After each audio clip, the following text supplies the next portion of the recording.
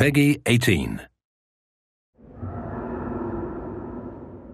The last century was a very harsh environment for all people living on this territory. Two empire collapses, a bunch of revolutions, fought for independence. All these combined events create all this beauty of ruined landscape, ruined buildings, old rusty harbors, abandoned villages, and broken roads. This is like part of a soul, nothing you can forget. This is what we try to show, finding the way to show the people the beauty of destroyed world in the art of the game.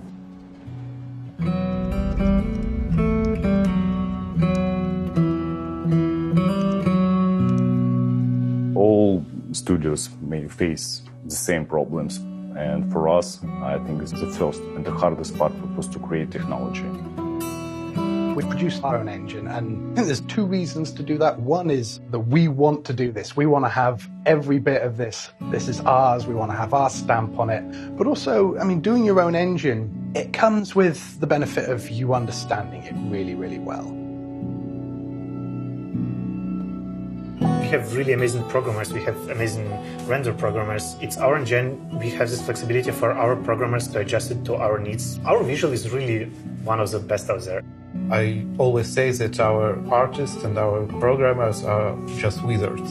They make things that nobody else can. We've moved the engine forward. It looks really good. It's a nice piece of technology to work with. It's well engineered. You feel like you have freedom to develop it and be creative and come up with new ideas and experiment and improve and optimize. And so it's just fun to work with as a rendering programmer to have a piece of software like that. I would describe 4A games as the bunch of geniuses that don't know that they are geniuses. Metro is a really good-looking game. Everyone is very excited about the pipeline and the technical ability or capacity of our engine. This beauty on the screen, it looks absolutely amazing. It's quite magical. Это безумно увлекательно работать над таким проектом, который содержит такое количество славянской культуры.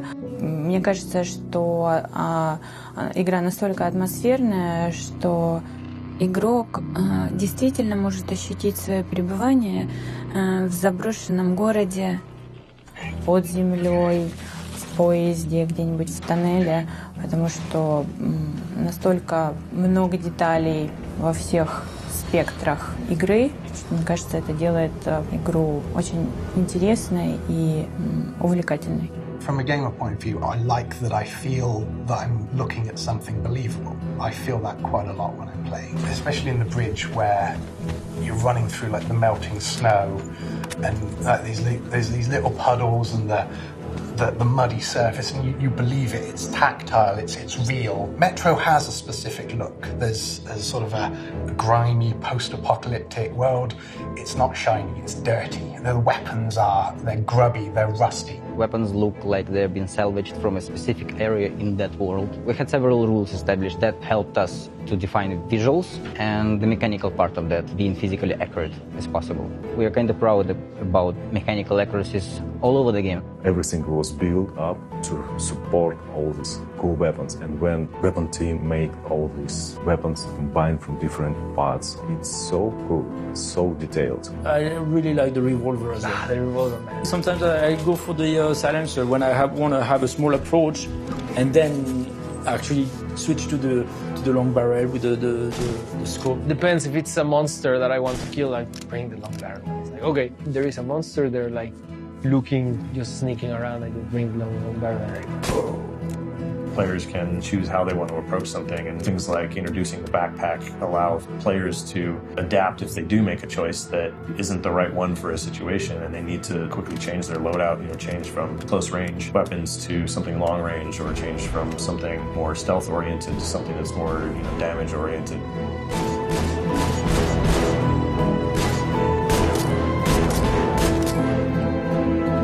The nature of introducing open environments means we need to allow the player to have a lot more freedom, a lot more choice, a lot more customization. a lot more control over their loadout, how they play, what tools they are able to use in order to play the way that they want to play. Attachments and modifications that you find for the weapons change the properties, change the functionality, change the look.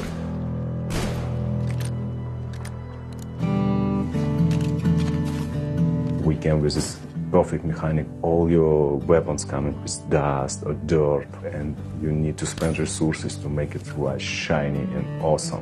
The dirt mechanic, actually, I'm kind of proud of this. The more you jump in water, the more you are in like dusty, muddy area, and then like your face covered with dirt and your gun is covered with dirt. It decreases certain parameters, and you can see it.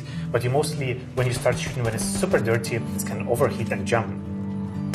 When you just came out of some darkest dungeon with your mask cracked, with your weapons fully dirted, without ammo, and you came to the nearest workbench, and it feels like, and you began to clean all your weapons, making the right bullets for you, changing equipments. So there is so much gameplay just around the weapons. It's the most outstanding feature. As for the crafting, of course, we doesn't have any suppliers, traders, all the Westland players doesn't know what to expect next, friendly or hostile, so we need to provide player with opportunity to create something and support exploring mechanic of the game. So we try to create a simple crafting system which will help us to provide player the right amount of resources, so he can resupply a little bit with the ammo, with medkits, with filters, everything he needs to survive all this radioactive wasteland. These are all new things that we never really had before in previous Metro games. And this time around, we're able to give players a lot more freedom and control over that. It's something players have asked for. For Metro Exodus, Prop's answer would be, you want more freedom? Here, take it. I'm finishing playing press certification build now, and I am finishing it very slow, like tasty wine, like sip, because I don't want to hurry. We always did our game for ourselves, not because of some marketing thoughts. No, we did all our game to play by ourselves. This way we always found additional couple more million players who will love it. I believe Metro Exodus find even more. We put souls in this game. We just express ourselves to make other people be more happier when they play.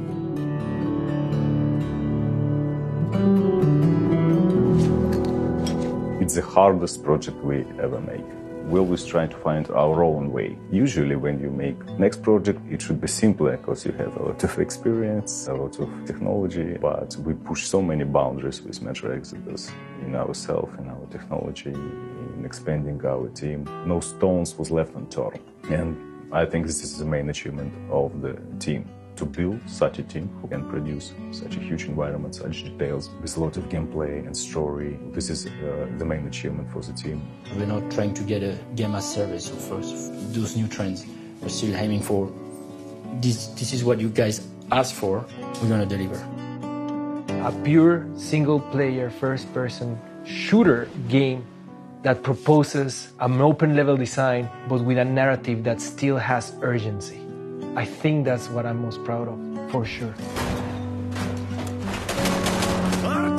Jump!